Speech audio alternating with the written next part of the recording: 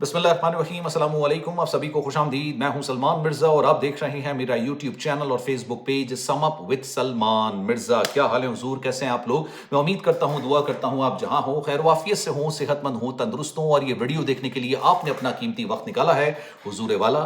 Video के आगाज में तहे दिल से आप सभी का मैं शुक्रिया अदा करता हूं। जनाब, बड़ा अजीब व गरीब किस्म का एक वाकया लाहौर के अंदर पेश आया है। मैं चाहूंगा कि आपने पूरा वाकया सुनना है और वाकया सुनने के बाद आपने बताना है कमेंट सेक्शन में कि आपको क्या लगता है कि इस वाकये की वजूहात क्या हो सकती हैं और ऐसा क्या हो गया हमारे माशरे के अंदर कि इस तरह के वाकयात तवातुर के साथ रूनुमा हो रहे हैं। आपने कमेंट सेक्शन में अपनी राय का इजहार जरूर करना है। वाकया कुछ इस तरह का है कि लाहौर का इलाका है कहाना।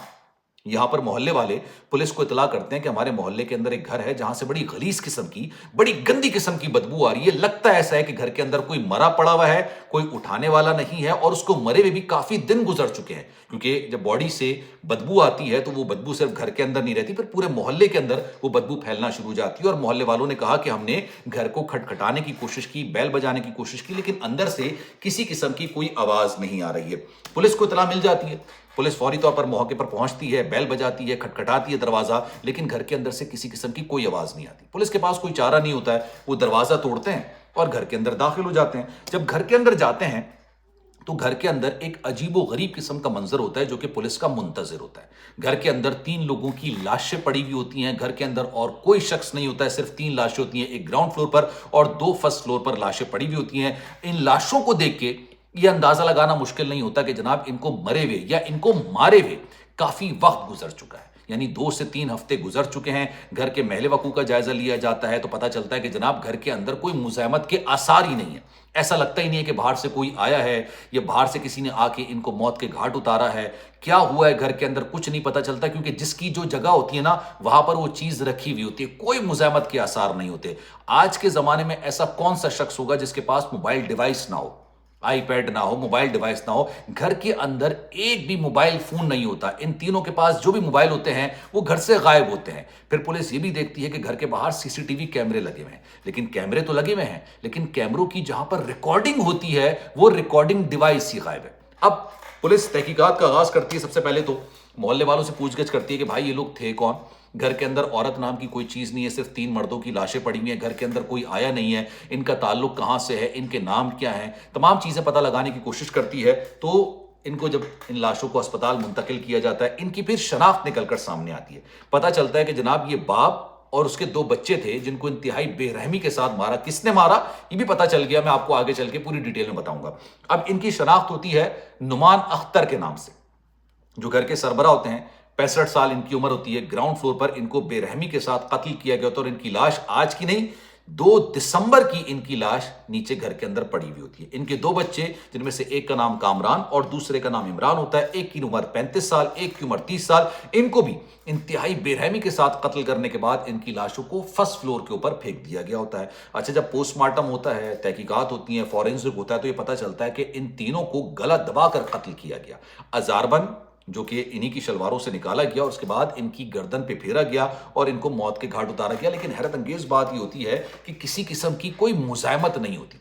लगता ऐसा है कि शायद इनको गला दबाने से पहले इनको बेहोशी की दवाई दी गई हो और क्लियरली पता चल रहा होता है कि ये काम जो ना घर के किसी फर्द का है, लेकिन घर में सिर्फ 3 लोग रहते हैं, इसके अलावा घर के अंदर कोई फर्द ही नहीं रहता।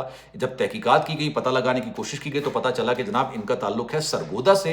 1 साल पहले ये सरगोदा से लाहौर में शिफ्ट हुए थे।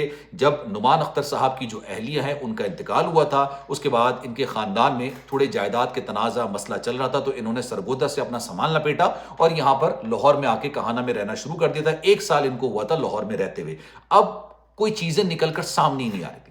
पुलिस को अंदर से कोई क्लू नहीं मिल रहा था, कोई डिवाइस नहीं मिल रही थी, ये नहीं पता चल रहा था कि भाई इनके पास नंबर क्या थे, कौन सा मोबाइल यूज करते थे, सीसीटीवी कैमरे की रिकॉर्डिंग गायब थी, कुछ नहीं पता चल रहा था। इसी दौरान, इसी असना में अचानक एक शख्स जिसका नाम रुहेल होता है वो मंजर आम पर आता है और कहता है कि भाई अगर आपको इनके वर्सा नहीं मिल रहे हैं, इनके रिश्तेदार नहीं मिल रहे हैं, तो मैं इनकी एफआईआर दर्ज कराता हूं और आपने इसकी तहकीकात करनी है, क्योंकि आपको मुद्दई चाहिए होता है कोई भी तहकीकात करने के लिए, कोई केस तो दर्ज करने वाला हो ना। रुहेल कहता है कि भाई आपने मेरी मुद्दईयत के अंदर मुकदमा दर्ज करना है और ये मेरे रिश्तेदार थे, मेरे दोस्त थे, आपने इनके कातलों का पता लगाना है। पुलिस कहती है भाई आप किधर से आ गए हो? ठीक है, آپ ٹھیک ہے ان کے دوست ہو، لیکن کس طرح کے دوست ہو آپ، ان کے پاس کون سے نمبر تھے، کیا معاملات تھے، کیا چیزیں تھیں. تب یہ پھر ان کے نمبر بھی بتاتا اور کہتا ہے کہ جناب ان کے موبائل ڈیوائسز غائب ہیں. پولیس سی ڈی آر نکالتی ہے. اچھا روہیل صاحب نے ہوشیاری یہ کی کہ یہ خود پولیس کے پاس پہنچ گئے. بیسیکلی روہیل جو تھے، یہ جو نعمان اختر صاحب کا بڑا بیٹا تھا کامران 35 سال کا، اس کا جگری دوست تھا. جگری کہہ لیں آپ، مطلب کافی پرانا دوست تھا. اب جب پولیس سی ڈی آر نکالتی ہے ان کے نمبر کی بھی، اور یہ جو روہیل صاحب آئے تھے ان کے نمبر کی بھی جب سی ڈی آر نکالی جاتی تو پتہ چلتا ہے کہ جب یہ واقعہ رونما ہوا، کیونکہ جب پوسٹ مارٹم ہوتا ہے نا اس وقت پتہ چل جاتا ہے کہ موت کب ہوئی، کس طریقے سے ہوئی، اور موت کی اصل وجہ کیا تھی. ٹھیک ہے، اس وقت پتہ چلا کہ بھائی یہ روہیل صاحب تو اس وقت انہی علاقے کے اندر گھوم رہے تھے، یہ کہیں اور کے رہائشی ہیں، اور اس وقت جب ان کی موت واقع ہوئی تب یہ یہاں پر موجود تھے. پولیس کو ایک کلو مل گیا. پولیس نے کہا یہیں سے تحقیقات کا آغاز کرتے ہیں. اچھا پھر پتہ چلا بعد میں کہ ان کے درمیان روہیل اور کامران، جو کہ مر چکا ہے کامران، ان کے درمیان کچھ تنازع چل رہا تھا. تنازع تھا پیسوں کا. کامران سے روہیل نے 30 لاکھ روپے ادھار لیا ہوا تھا، اور وہ آج کا نہیں کافی ٹائم کا لیا ہوا تھا. اب وہ جب بھی کامران اس سے تقاضا کرتا کہ بھائی میرے پیسے دے دو، میرے پیسے دے دو، مجھے اپنا کام بھی کرنا ہے، دیگر معاملات بھی کرنا ہے، اور 30 لاکھ ایک بہت بڑی اماؤنٹ ہوتی ہے، ایک سفیشنٹ اماؤنٹ ہوتی ہے. تو روہیل صاحب جو نا وہ ہر وقت کوئی نہ کوئی بات کہہ کے ٹال دیا کرتے تھے. پھر جب تحقیقات ہوئی پولیس نے اس کو باقاعدہ گرفتار کیا گیا، کیونکہ پولیس کے پاس کلو موجود تھا کہ اس کی جو لوکیشن تھی وہ یہیں پر آ رہی تھی، اسی گھر کے پاس آ رہی تھی، یہ کیا کر رہا تھا یہاں پر، اور یہ بھی پتہ چل چکا تھا کہ ان کے درمیان پیسے کا تنازع چل رہا تھا. پولیس نے اپنے طریقے سے تفتیش کی، تھوڑا سا سختی کی ہوگی تو یہ روہیل صاحب نے طوطے کی طرح بولنا شروع کر دیا. انہوں نے بتایا کہ کامران نے مجھ سے پھر سے پیسوں کا تقاضا کیا، اور جب پیسوں کا تقاضا کیا تو میں کافی زیادہ تنگ آ چکا تھا، پریشان ہو چکا تھا، کیونکہ میرے پاس پیسے تھے ہی نہیں دینے کے لیے. میں نے اس سے ادھار ضرور لیا تھا، لیکن اب مجھے پیسے واپس کرنے کے لیے میرے پاس پیسے تھے ہی نہیں، اور یہ میرا دوست تھا، مجھے کسی نہ کسی طریقے سے اس سے جان چھڑانا تھا. میں ان کے گھر جاتا ہوں، یہ روہیل صاحب بتا رہے ہیں اپنے اعترافی بیان کے اندر، یہ کہتے ہیں کہ جناب میں وہاں پر جاتا ہوں اور ان کو نشاور ادویہ دیتا ہوں، تینوں کو، باپ کو بھی اور دونوں بچوں کو بھی، اور اس کے بعد ہزاربند سے ان کے گلے دباتا ہوں. مطلب ان کے جو ہے نا ان کے گلے میں ہزاربند پھیر کے ان کو موت کی، یہ روہیل صاحب نا ان کو موت کے گھاٹ اتارتے ہیں، اور اس کے بعد ان کی لاشوں کو وہیں چھوڑ کے سی ڈی آر وہ جو ریکارڈنگ ڈیوائس ہوتی ہے جہاں پر سی سی ٹی وی کیمرہ ہوتا ہے وہ چیزیں نکالتے ہیں، ان کے موبائل فون اٹھاتے ہیں، کیونکہ ان کو لگتا ہے کہ بھائی پولیس صرف موبائل سے ہی تفتیش کر سکتی ہے، اور باقی ساری چیزیں نا، مطلب یہ 80 کی دہائی میں رہ رہے ہیں ابھی تک. ان کو لگتا ہے کہ پولیس کے پاس اگر نمبر ہوگا تو وہ سی ڈی آر نہیں نکال پائے گی، واٹس ایپ چیٹس نہیں نکال پائے گی. یہ بھائی اب بہت کامن ہو گیا ہے، بہت کامن ہو گیا. اب تو چھوٹا موٹا جو انسان ہوتا ہے جس کو تھوڑی بہت انٹرنیٹ کی سمجھ ہوگی نا، وہ بھی آپ کی واٹس ایپ چیٹ کو نکال کے آپ کے سامنے رکھ دے گا. اب ٹیکنالوجی اتنی آگے بڑھ چکی ہے. تو پولیس کو جب اندازہ ہوا کہ یار ان کے درمیان لین دین کا تنازع تھا تو ان کی چیٹس بھی سامنے آ گئی. اب پھر یہ بتاتے ہیں کہ بھائی میں نے ان کو نشاور ادویات دی، ادویات دینے کے بعد جب یہ بے ہوشی کی حالت میں گئے تو اب ان کے گلے دبائے گئے، اور اس کے بعد سارے ثبوت مٹانے کے لیے میں نے ان کے موبائل فون اٹھا لیے، اور جو سی سی ٹی وی کیمرے کی ریکارڈنگ ہوتی تھی وہ ڈیوائس نکالی، اور اس کے بعد 2 دسمبر کو میں یہاں سے روانہ ہو گیا. تب سے لے کے کل تک، یعنی آج 18 تاریخ ہے جب میں یہ ویڈیو بنا رہا ہوں، 17 یا 18 تاریخ کو یہ واقعہ پیش آیا جب پولیس کو اطلاع ملی ہے. آپ سوچئے تقریباً 2 مہینے، دسمبر کا پورا مہینہ اور جنوری کا آدھا مہینہ، یہ لاشیں گھر کے اندر پڑی رہیں، کسی کو کانو کان خبر نہیں ہو، کیونکہ محلے والے زیادہ بات نہیں کرتے تھے، رشتہ داروں سے ان کے تعلقات خراب ہو گئے تھے، کسی کو کچھ نہیں پتا چلتا. اور اگر محلے والوں کو بدبو نہیں آتی تب یہ لاشیں وہ حمیرہ اصغر کی طرح 6 8 مہینے پڑی رہتی اور کسی کو کانو کان خبر نہیں ہوتی. یہ اپنی نوعیت کا اتنا اندوناک قسم کا واقعہ ہوا ہے. اس کی اصل وجہ تو خیر پیسوں کا لین دین ہی تھا. پیسے دیے، اب کامران نے کیا سوچ کے دیے تھے، کیا مقصد سے دیے تھے. اب کامران تو خیر اس دنیا کے اندر ہے نہیں جو کہ آگے یہ بات بیان کر سکے کہ بھائی میں نے کس مقصد کے لیے دیتے.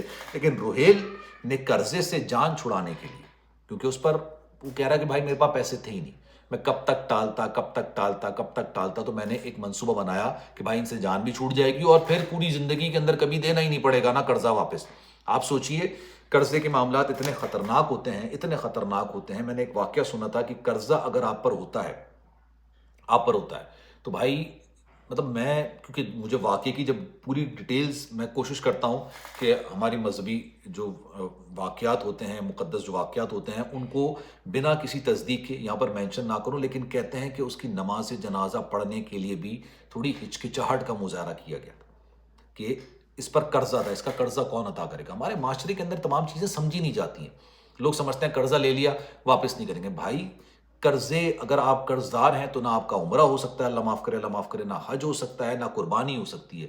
یہ معاملات اگر لوگوں کو سمجھ آ جائے نا، لوگ ایک دوسرے کے پیسے کھا کے بیٹھے ہوئے ہوتے ہیں، یہ معاملات سمجھ آ جائے نا تو آدھے سے زیادہ مسائل ہمارے صحیح ہو جائیں گے. آپ کی رائے کیا ہے؟ کامنٹ سیکشن میں رائے کا اظہار ضرور کیجیے گا. خیال رکھیے گا اپنا. اللہ حافظ.